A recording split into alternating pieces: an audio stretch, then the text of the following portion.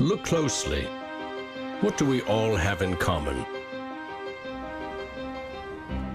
No matter what corner of the world you live in, you need food, water, shelter, and money.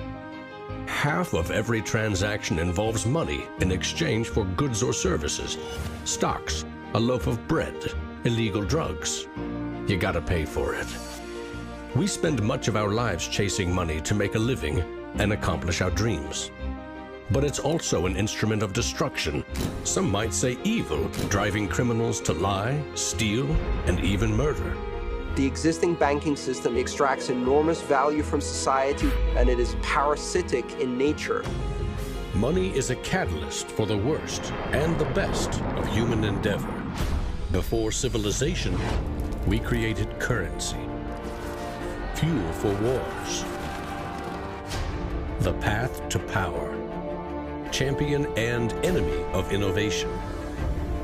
Money is so integral to our society and our global economy that its true nature remains a mystery to most. This is the story of money, perhaps the end of money as we know it.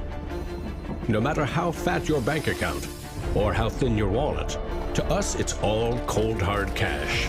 There are some who want to kill it. Get rid of it. Burn your dollars, your euros, your yen, and transform every penny you have into ones and zeros, digital currency. Entrust it to the web and computers spread across the planet. Magic internet money. It's called cryptocurrency, Bitcoin. Invented in secret, it was a gift to the world. It's not just a currency, but it's actually programmable money. A potential curse on bankers. And there's nothing that the big banks or politicians can do to stop it. Breaking every government's grip on money supply. What the internet did for information, Bitcoin is doing for money. Could it be the new gold? No, you have to really stretch your imagination to infer what the intrinsic value of Bitcoin is. Regulators, the Federal Reserve, the banking system, at least understand this is a thing that they have to take seriously. This is going to change the economic culture. Bitcoin could be a microeconomic miracle worker, and it could be a macroeconomic wrecking ball. Is Bitcoin the currency of the future? A godsend for criminals? Or a recipe for financial disaster? If you trust your money just as it is, we have a little story to share.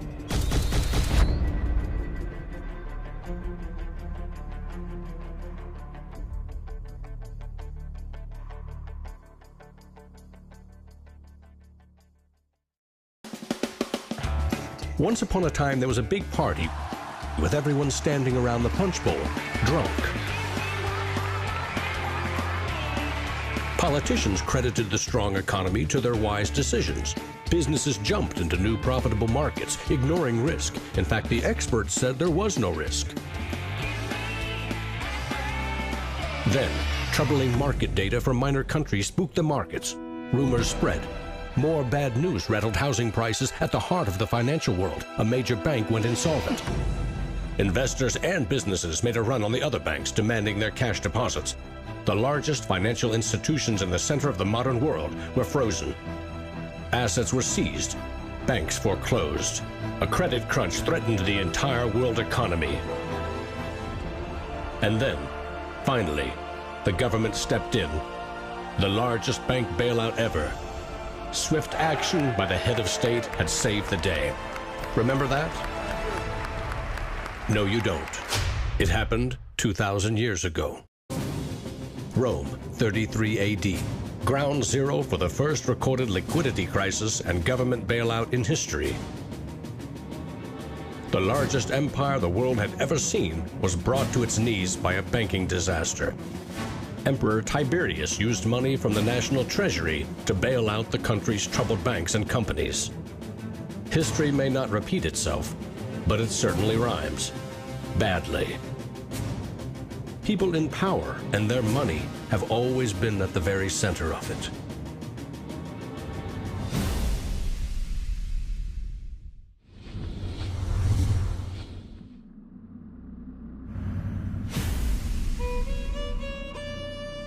The story of money is as old as civilization itself. When we lived in small tribes, keeping track of debt was easy. You owed somebody a load of firewood. A neighbor owed you a piece of meat. Credits and debits were kept in your head, a mental ledger. Currency is a language that allows us to express transactional value between people. It's technology that's older than the wheel. It's as old as fire. When humans wanted to trade outside their tribe or village, they needed something everyone could agree had value, something scalable. Enter commodity monies. There were many kinds, but each had to embody the same 5 characteristics. A commodity money is relatively scarce, easily recognizable, can be cut into smaller pieces. You can substitute one piece for another of equal value, and you can carry it around without too much trouble. In ancient Rome, it was salt. The Aztecs used cacao beans. It was whale teeth on Fiji, yak dung in Tibet, shells in Africa and China. Grains, metal, ivory, rare stones, leather, fish. If it had the 5 characteristics of commodity money, someone probably used it as currency. And then you ask, what value do these currencies have? If you go into a primary school, you'll see children exchanging rubber bands and Tamagotchi and Pokemon cards and baseball cards and sweets and candy and any other form of currency. People invent currency when they have no other currency. And now they're going to invent digital currencies. But commodities that aren't durable are a lousy store of value. A bad cacao crop or a huge new salt discovery can throw your currency and economy into turmoil. A more stable system was needed. About 2,500 years ago, the first metal coins were minted in China and in what is now Turkey. These coins shared the same 5 characteristics with commodity money, but were also very durable. In some cases, coins are the only thing left of entire civilizations. Money does not originate with governments. Money arises naturally as markets begin to develop and as people with a division of labor realize that if I have eggs and you have a cow, we may need some medium of exchange in order for you to buy my eggs or for me to buy your cow. Coins were an objective and universal unit of account, and they allowed people to buy and sell goods over vast regions. The market economy was born. Coins worked, but only if people trusted that the king or emperor who issued them wasn't cheating on the metal content. Using coins also meant that an authority now controlled the supply of your currency. Money and political power were inextricably linked, centralized. Minting coins in a steady and predictable manner allowed economic growth and stability. The Wushu coin in China retained its value for 500 years. In Constantinople, the solidus lasted for 700 years. But in those times, the coins didn't have this sort of milled edge. They were flat, and what used to happen was, as coins were passing from people to people would cut little bits off. And in fact, in some of the taxation that the kings would do would actually be take 1/8 of the coin off. Taxes built castles and financed military campaigns, expensive hobbies.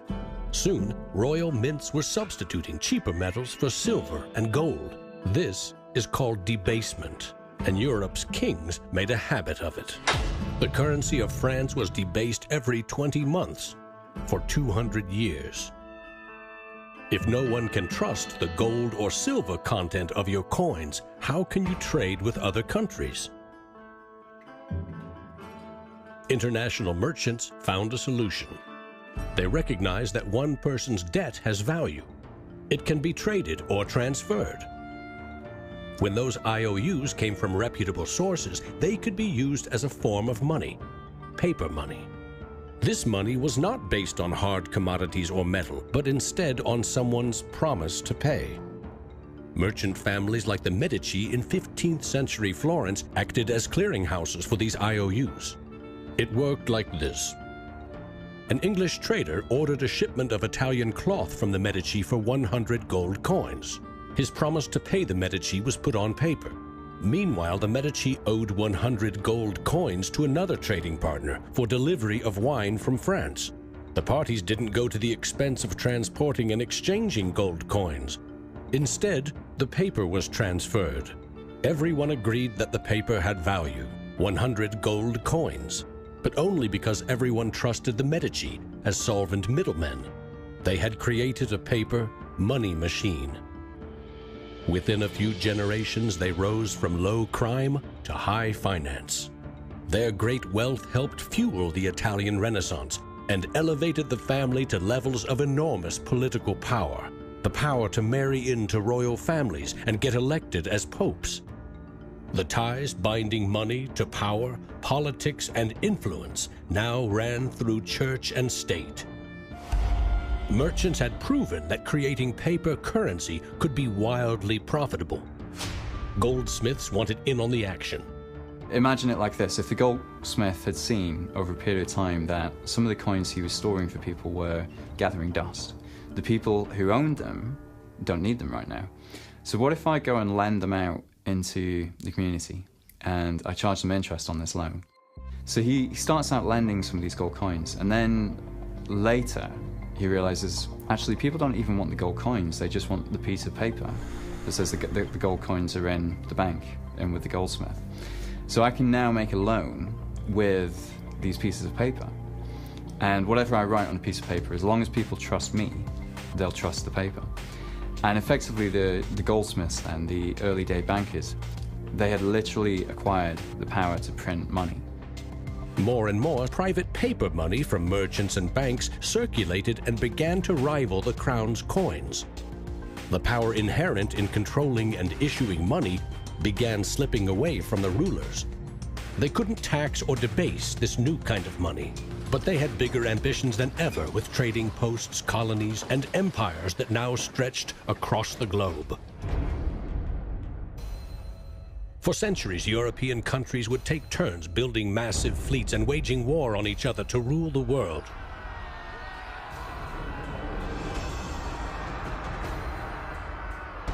Government wanted to take the people's money in order to finance its wars. That's essentially the history of money. Money and warfare go together.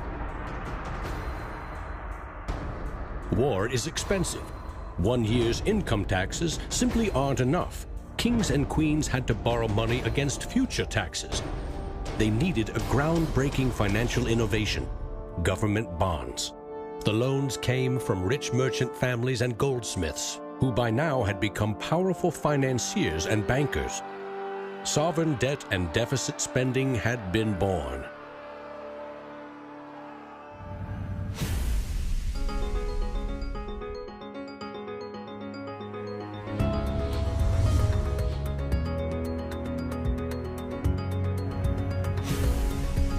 In 1694, the Bank of England was established to fund a war against France. England's central bank was privately owned and granted the monopoly to issue banknotes, paper that could be redeemed for an equal amount of gold from the government coffers. The central bank soon also managed the entire debt of the crown. Money has been a tool of sovereignty for centuries. Being able to issue currency gave you the power, but it also gave the value to that monetary supply by backing it with a force of state, with essentially the debt of state. When the U.S. won independence from Britain, the first article of the new Constitution gave Congress the exclusive right to coin money. This currency's value was tied to gold in government vaults. From 1781 until the Panic of 1907, the financial system of the U.S. was an economic petri dish. Brief central banks, state banks, private currency, government currency, depressions, strong growth, recessions, regular boom and bust cycles. The long term, as far as capital is concerned, people want predictability. People want stability.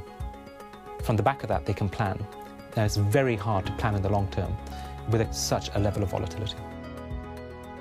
In 1913, bankers and politicians decided that it was in the country's best interest, and theirs, to have a permanent central bank.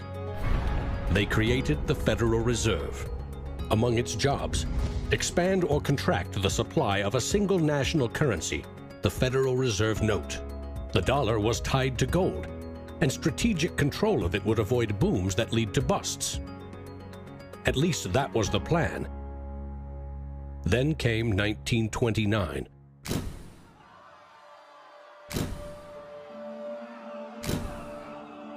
The Great Depression would have a profound effect on monetary policy worldwide. I shall ask the Congress for the one remaining instrument to meet the crisis: broad executive power. Soon, the Fed had printed nearly all the money it legally could to pump life back into the economy. It needed gold to fire up the mint. So in 1933, President Roosevelt issued a controversial executive order, forcing all U.S. citizens to sell their gold to the Federal Reserve at a fixed price, or go to prison. The Fed offered far more cash to foreign governments for their gold. Many jumped at the offer. Gold flowed in, and dollars spread across the globe.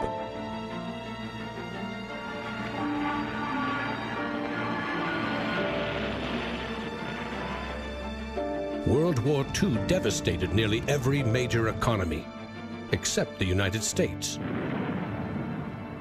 The military and industrial juggernaut emerged as the global financial superpower. The dollar had become the world's most stable and trusted currency. Other countries pegged their currency to the dollar, which could still be redeemed for gold. In fact, the U.S. owned more than half of the world's gold reserves. In the next few decades, more dollars flowed to foreign countries. Governments began debasing their coins with cheaper metals and printing more of their own currency than they had in gold. The bond between precious metals and paper currency was cracking. This is a 1966 50-cent piece. It was the last coin in regular circulation in Australia to contain silver, and it contains 80% silver.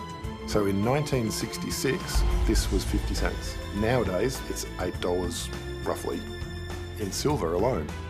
By 1966, foreign nations had had enough of the U.S. collecting gold and printing cash. And they had more value in dollars than the U.S. had bullion in its vaults. They demanded gold in return for their paper dollars. Arguments about the value of the dollar versus their currency ensued. In 1971, President Nixon settled the matter. He severed United States currency from the gold standard. I have directed Secretary Connally to suspend temporarily the convertibility of the dollar into gold or other reserve assets, except in amounts and conditions determined to be in the interest of monetary stability and in the best interest of the United States. Never again could anyone legally demand U.S. government gold in exchange for paper dollars. For better or worse, the dollar was now backed solely by the full faith and credit of the United States government. The wealthiest nation the world had ever known would bet its future on a single word: trust. People have this mythology of money that is based on very little fact. And one of the nice things about Bitcoin is that it forces people to start to ask questions about the fundamentals of money. Bitcoin is an attempt to adopt the advanced computerized system that we have, the internet, to resurrecting what money used to be all about.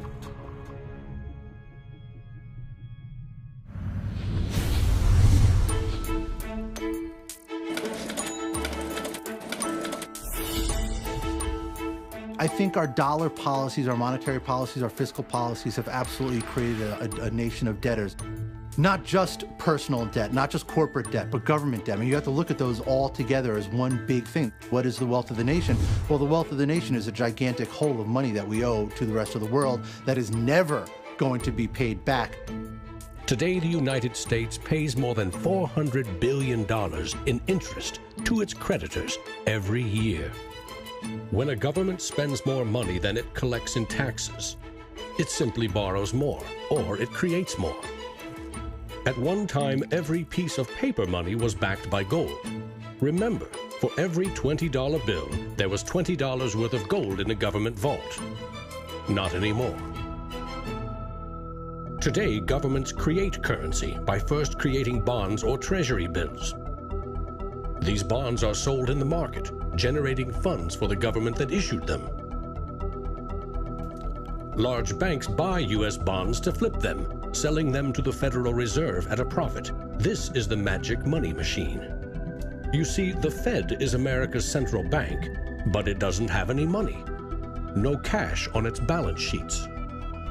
When a bank buys a bond and takes it to the Federal Reserve, the Fed simply says, "Thank you, Mr. Banker. Here's the principal and some profit." New money isn't exchanged. It simply appears on the bank's accounts. Magic. For 100 years and counting, the precise mechanisms of these bond purchases have remained a secret. Here's where it gets really interesting. The Federal Reserve is not a government agency. It's a private entity, and its shareholders are banks which earn a dividend. As much as $80 billion per year total are paid out to some of the very same banks that sell the government debt to the Fed. Which banks? Don't even bother asking. That's also a secret. In other words, the magic money machine answers to no one. The Fed also sets the bar for how much interest you pay for a car, home, or business loan. The Federal Reserve has been given the impossible task of trying to run the credit and monetary system as though we are the Soviet Union. It's the central planner for the key aspect of capitalism, which is how money and credit is allocated. The Federal Reserve, on balance, does not help the economy. On balance, it hurts the economy. And it's bound to make mistakes, even with the best of intentions. The Fed is also supposed to boost employment with low interest rates, encouraging people and businesses to buy more goods and services. Governments getting involved in money is a good thing, and it's also a bad thing. It's a good thing because money is the arteries of the economy, the blood supply of the economy. Markets are subject to bouts of euphoria and despair, and it makes sense for governments to back currency and manipulate it. Moving the money supply up and down is the most powerful way to sedate that boom and bust cycle. Manipulating the supply of money has short-term and long-term consequences.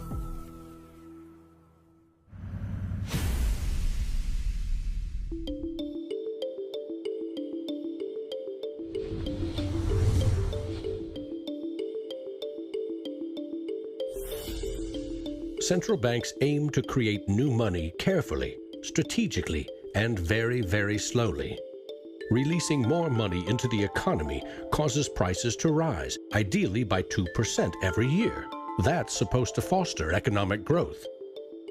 But 2% inflation means the buying power of one cash dollar in your pocket today will be 98 cents next year, and less nearly every year to come. Since 1913, when the Federal Reserve took over the United States dollar, we've seen that the United States dollar has decreased in value 98%. Inflation is a far higher tax because on your income you pay it just once. If inflation is 2%, you're paying a 2% tax on your net worth every single year, your net worth held in currency. So, what does that mean? If you earned $1 in 1913, you could buy 16 loaves of bread. Today, $1 barely buys you one. That's not a quaint notion of how cheap things used to be. It's proof that the value of your cash is slowly withering away. That $1 invested at 2% in 1913 would now be worth $7.24. More than 600% return versus a near total loss. The US dollar has gone from being worth $1 to now being worth about 4 cents. So that's, 96% of its original value. And it's a direct result of government control. Governments don't create money from thin air all alone. You play a key role in the magic money machine.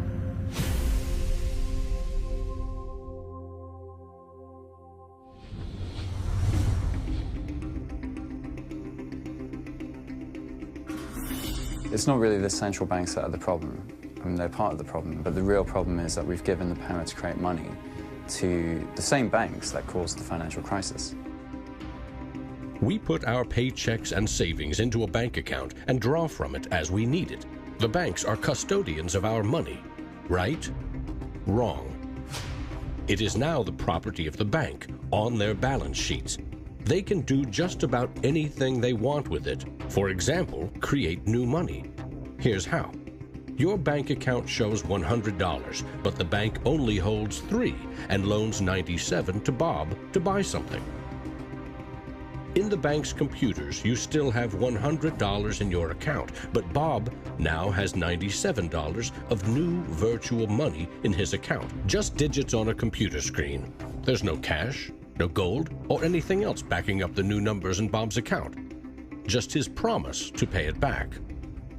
This is new money created as debt. When those $97 are spent, say in a shop, the shop owner deposits into another bank, and it is lent out again, and again, and again. And each of these people have numbers in their accounts showing that they own this money.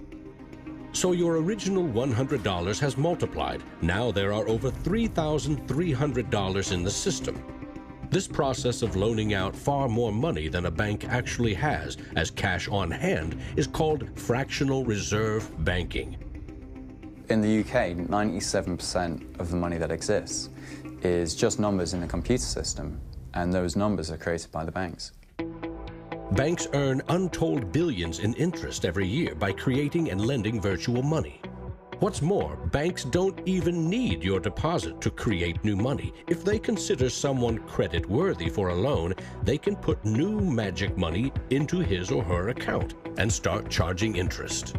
So reporters talk about Bitcoin as though it's the first digital currency. But actually we use digital currency every time you make a transaction through internet banking or through your bank card. Actually, it's not even just digital currency, it's digital currency that is created by the banks, essentially out of nothing. In other words, all new money is debt. This is the part of money creation that isn't taught in economics class. Money in paychecks, bank accounts, 401ks, that loan to Bob, credit card debt, your home loan, all began life as virtual money created by the banks. The entire system is based on trust. Trust in the bank's solvency. Trust in the debtor's ability to repay their debt. If all bank customers demanded just 3% of their deposits right now in cash, this run on the banks would reveal the truth. Almost none of that paper currency you think is in your bank account exists. It never did. Remember the drunken party? Our financial crisis had everything to do with virtual dollars. Too many people with very little income borrowed a lot of money they could never repay. But the banks didn't care. They didn't have to. They quickly made and sold shaky loans to someone else for a profit. And I got them all approved. Hey! Apply now. Selling bad loans was a good business until the whole thing blew up in a global financial crisis.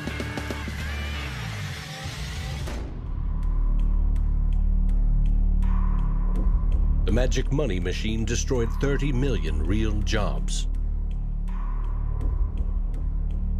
The United States alone lost $16 trillion in household wealth, and the banks foreclosed on more than 1 million homes.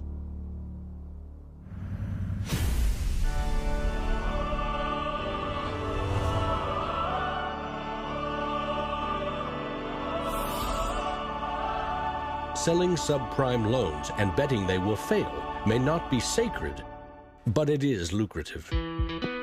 As much as 1/4 of our best and brightest are being lured by the siren call of the money machine.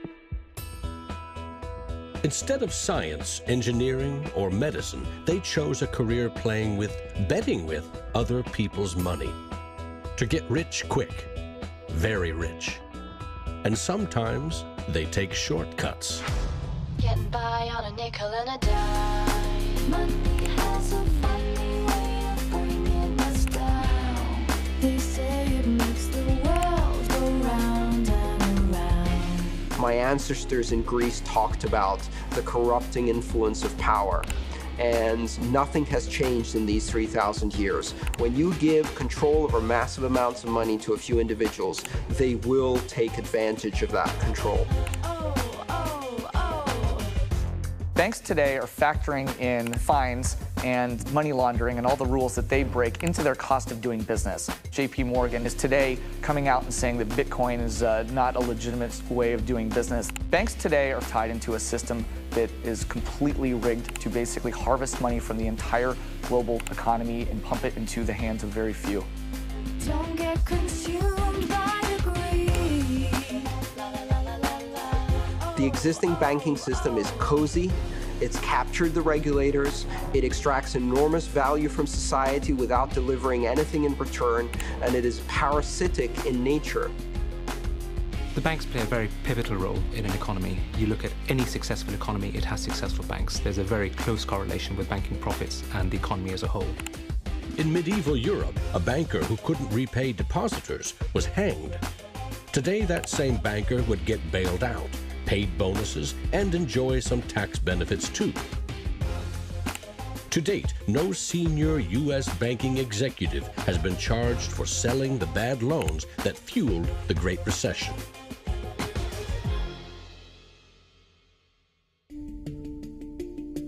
In December 2014, just 6 years after the last banking crisis brought the world to its knees, a congressman snuck a last-minute provision written by Citigroup into a crucial funding bill. The provision allows the largest U.S. banks to once again make risky derivatives bets with bank deposits. But no need to worry. If the banks implode again, lost deposits must be paid back by U.S. taxpayers.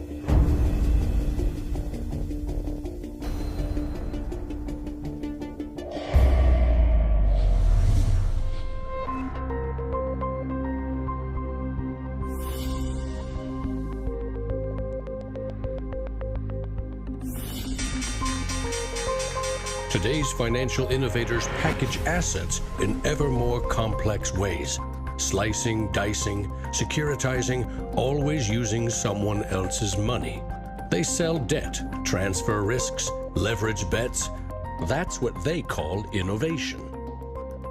When you're talking about financial innovation, Bitcoin certainly is a very good example of innovation.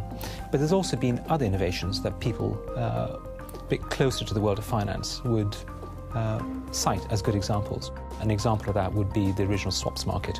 From there moving on to the credit default swap. It is an excellent example of financial innovation, but also if it's used incorrectly, it can create a lot of problems, as we've just seen.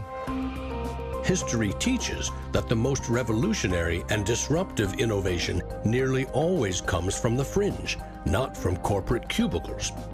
True innovators see the world differently. They see the big picture, creating new products and entire systems that lead to new industries. Steve Jobs called them the square cogs in round holes.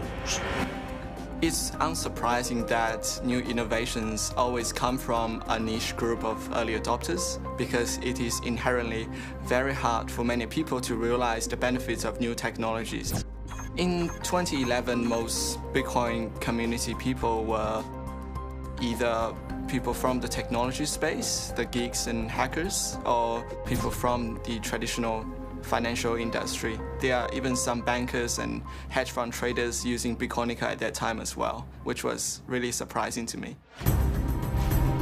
A radical new idea is often met with skepticism, ridicule, even hostility from those who stand to lose the most from its success. Case in point, the automobile. In the late 19th century, Carl Benz and others built the first cars, contraptions that could threaten the stagecoach and railroad industries. These self-propelled vehicles, or road trains, would certainly scare horses, injure people, and damage roads. Cars, the railroad barons said, were just too dangerous. And to protect us, they used their power to pass a law in 1865. It required every automobile in England to observe a 4-mile-per-hour speed limit and to be operated by a crew of 3, a driver, an engineer, and a flagman. This heroic flagman walked in front of the car to warn fellow citizens of the coming danger.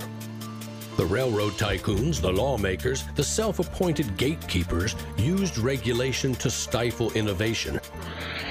But they didn't invent the flagman. He's been around for a long time. For centuries, very few could read. Books were copied by hand. The people in control, political and religious leaders, wanted to keep it that way, and they greeted Johann Gutenberg's printing press with licensing laws, publishing bans, taxes. In some parts of the world, printing was a crime punishable by death. After all, they were just protecting us from dangerous ideas. Before the printing press, there were an estimated 30,000 books in all of Europe. 50 years later, there were 10 million. As Gutenberg's invention flourished, the Dark Ages withered. Progress couldn't be stopped. But the flagman never stops trying. His masters set him loose on each of these innovations because they threatened someone's profits, someone's control. But remember, this is a story about money. What if a technological innovation allowed anyone in the world to be their own bank? To create a currency free from taxes and banking fees?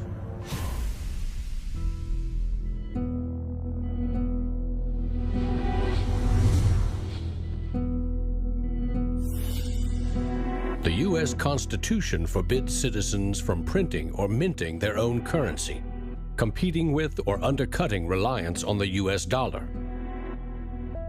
In 1998, Bernard von Nothaus decided to test the resolve of the federal government. The Liberty Dollar was available in gold, silver, platinum, and copper.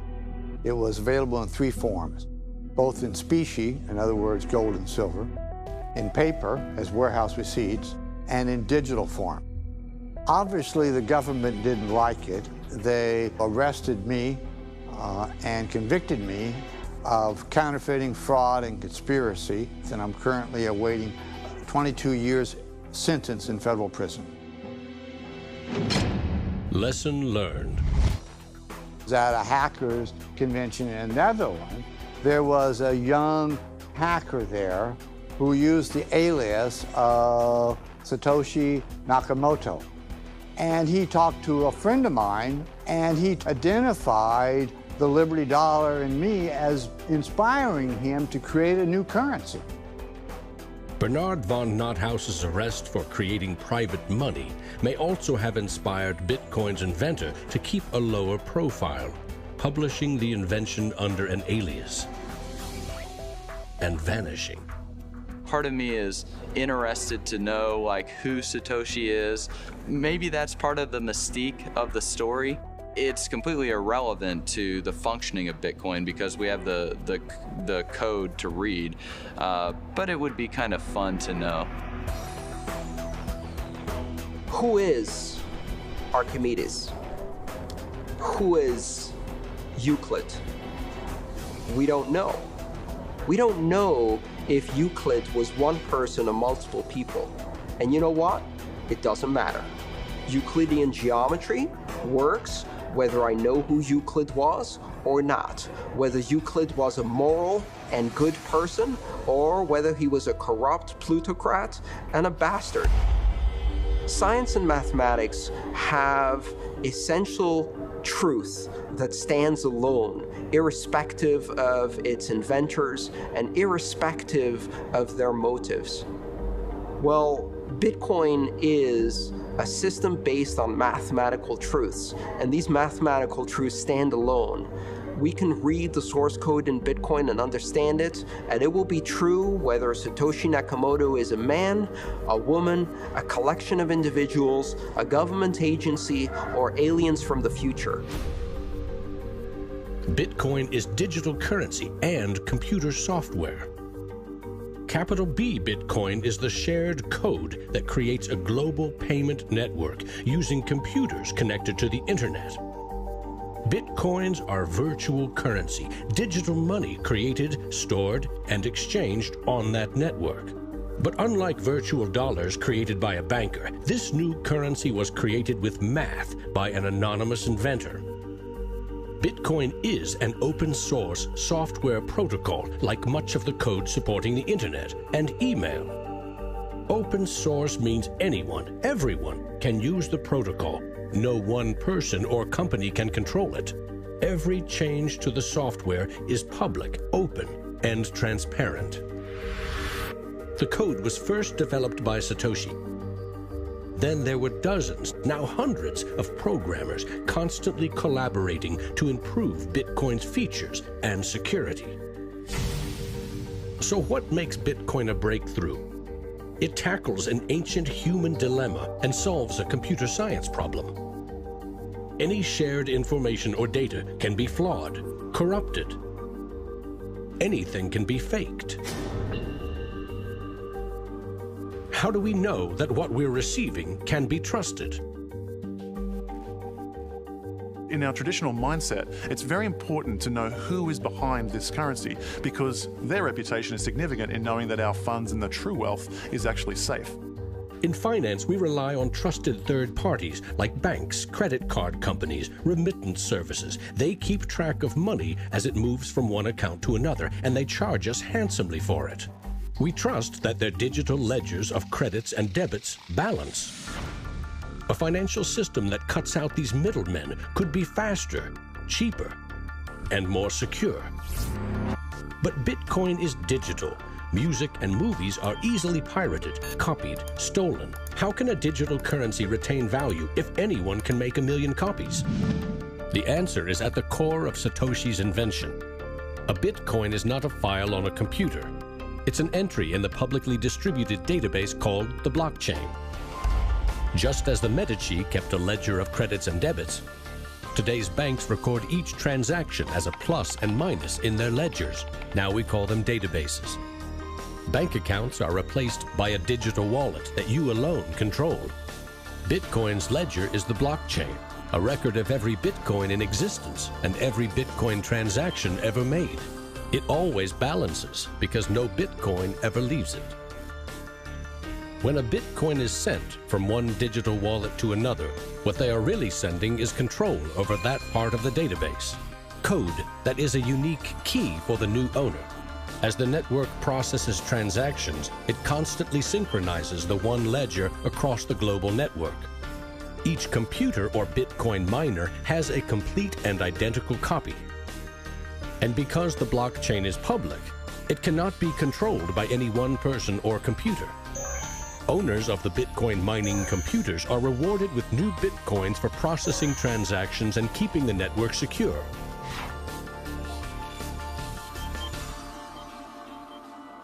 In other words, the Bitcoin network replaces banks and bankers.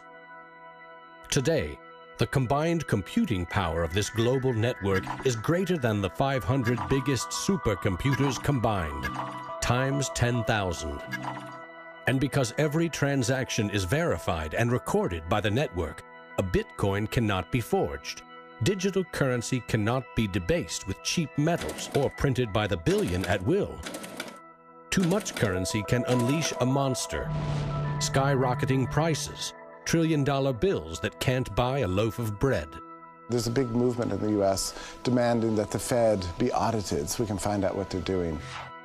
Nobody really knows how many dollars are in existence, for example. Ben Bernanke created several trillions of dollars over the last several years, but nobody really knows where they landed.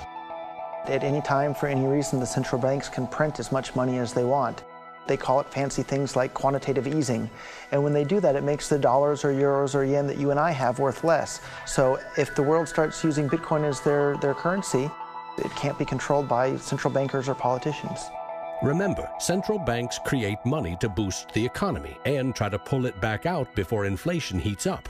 But no one knows how much magic money global banks are creating to boost their profits with questionable loans.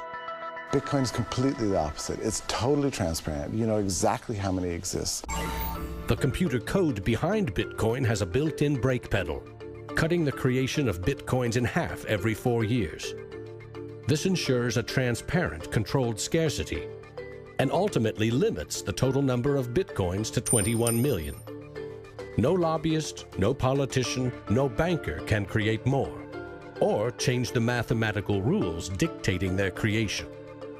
Advancing accountability.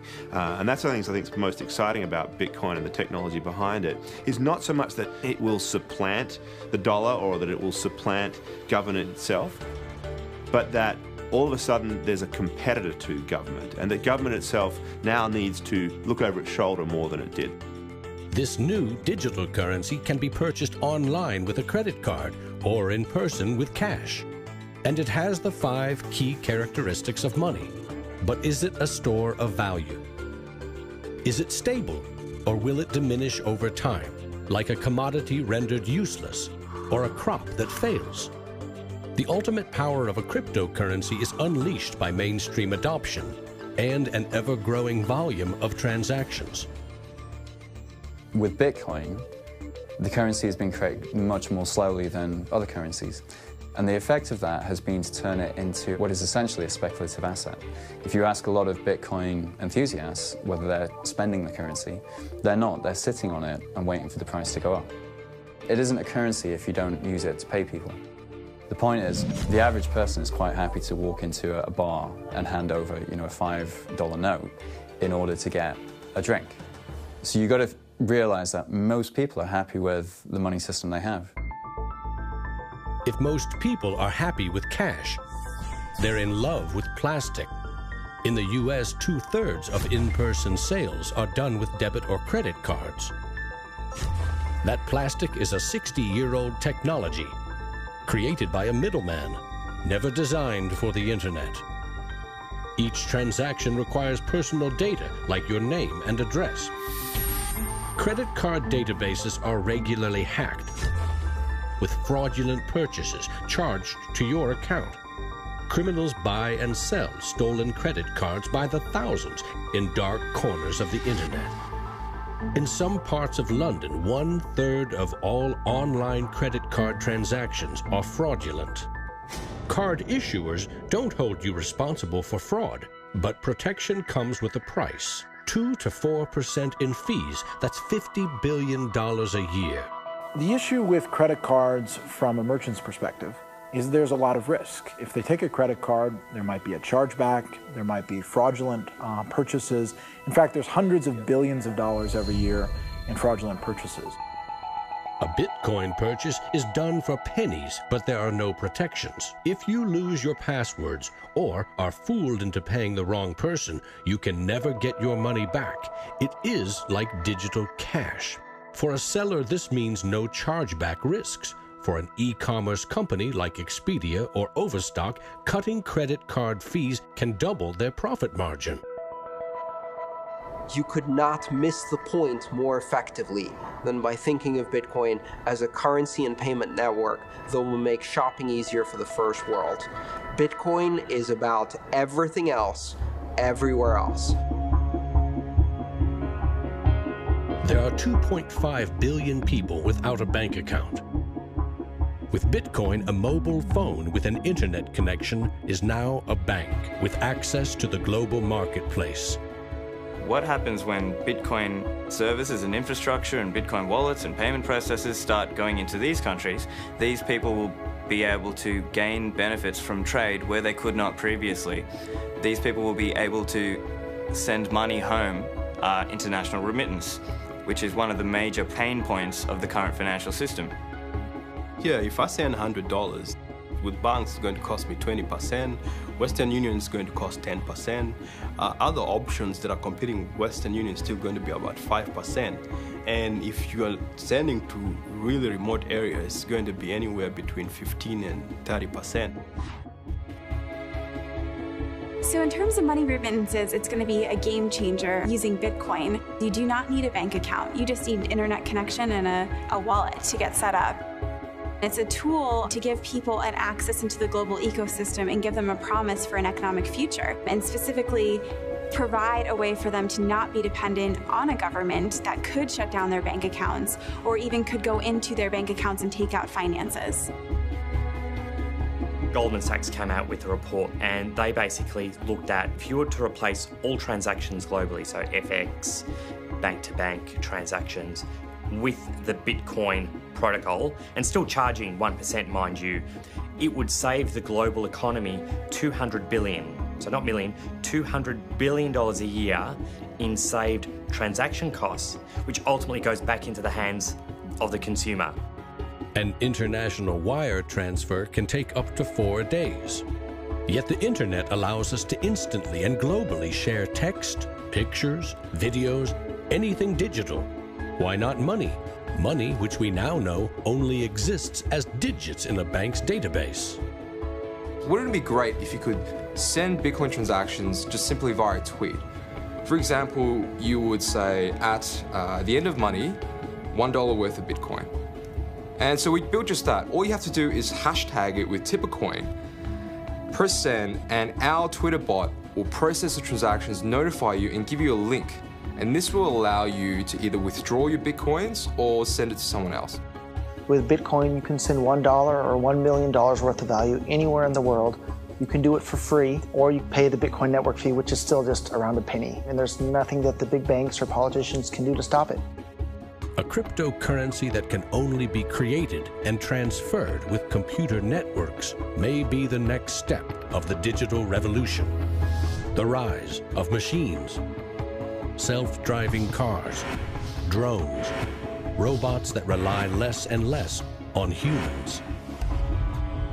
What I often think is that the future of Bitcoin or digital currency from a broader perspective is really about machine-to-machine payments. So by the time you have an unmanned taxi driving you around New York and then going to power up at an unmanned power station or going to get repairs at an unmanned auto shop, you'll see the machine-to-machine payments done with some sort of digital currency.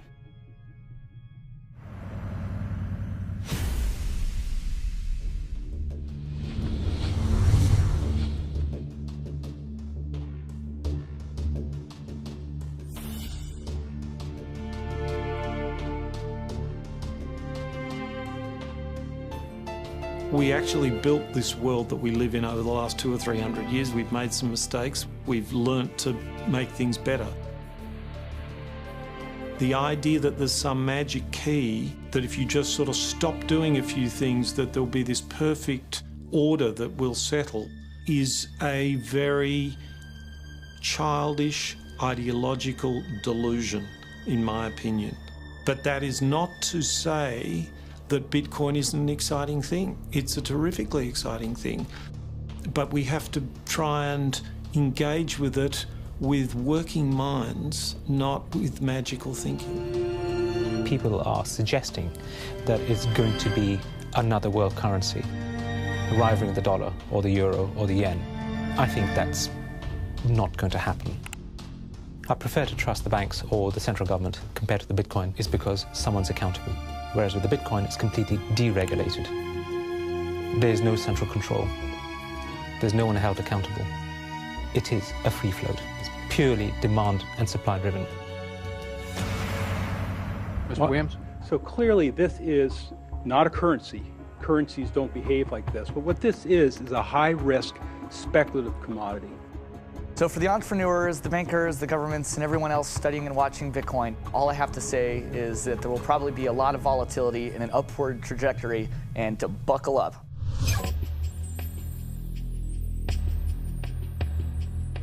Criminals, scam artists, bad actors are drawn to any kind of money like a moth to a flame. Silk Road was a marketplace that was online. It existed in the underground web. Now, this marketplace allowed people to sell things that were illegal to governments. Fake IDs, pirated music, Bibles in North Korea. Are cryptocurrencies inherently bad, or just the newest tool to acquire the forbidden? Porn is illegal in Iran. Well, there's a few percentage points of sales on Silk Road was to sell porn to Iranians. Now, a much broader one that gets a lot of press with regards to Silk Road is drugs. I've been doing research over the past couple of years into the online drug marketplaces in the darknet using Tor and Bitcoin as technologies to enable illicit drug transactions. We did a global survey of drug users, and we had over 20,000 people respond to that. And the majority of those people were buying traditionally illicit drugs, ecstasy, cannabis.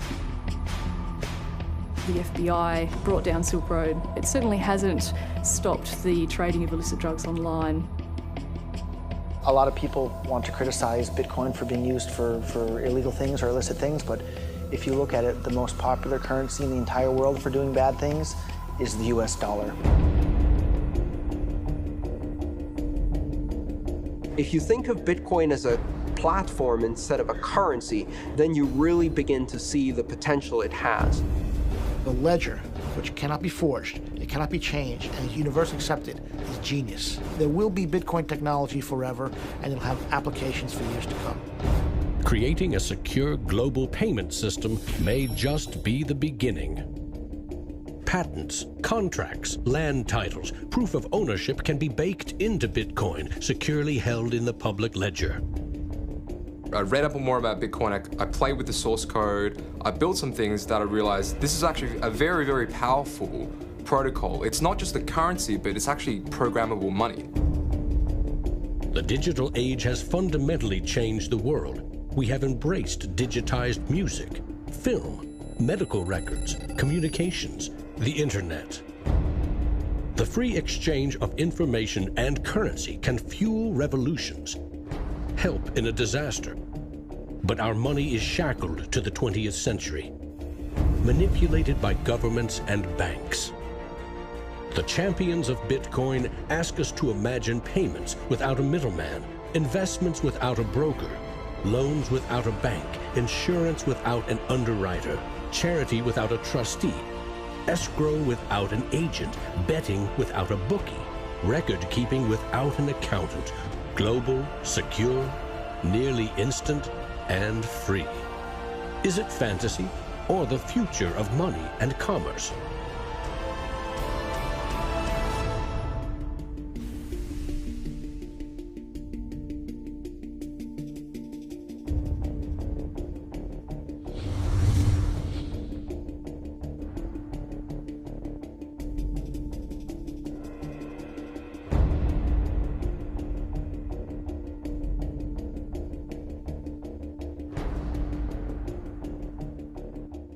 I love Bitcoins. I'm really into Bitcoin. Well, Satoshi Nakamoto, that's a name I love to say. And we don't know much about him, but he came to save the day. If you don't know what a Bitcoin is, right, usually the way people describe it is digital cash. It's money for the internet. Oh, Bitcoin, as you're going into the old blockchain. Oh, Bitcoin, I know you're going to rain, gonna rain. People are like, oh, I love my bank. I'm like, really? You ask a banker, you know what's 2 + 2? He's like, well, I can tell you, but there's a fee. Down the road it will be told about the death of old Mt. Gox, about traders trading altar coins and miners mining blocks. Now, Bitcoin is a new technology. I like to say it's banking light. All of the convenience, none of the evil. Bitcoin, as you're going into the old blockchain. Oh, Bitcoin, I know you're going to rain, till everybody knows, You know, when I go online and I buy, like, I don't know, a pair of socks, if I pay with a credit card, I'm just buying socks, right? If I buy those socks with Bitcoin, it's a revolution. I am sticking it to the man.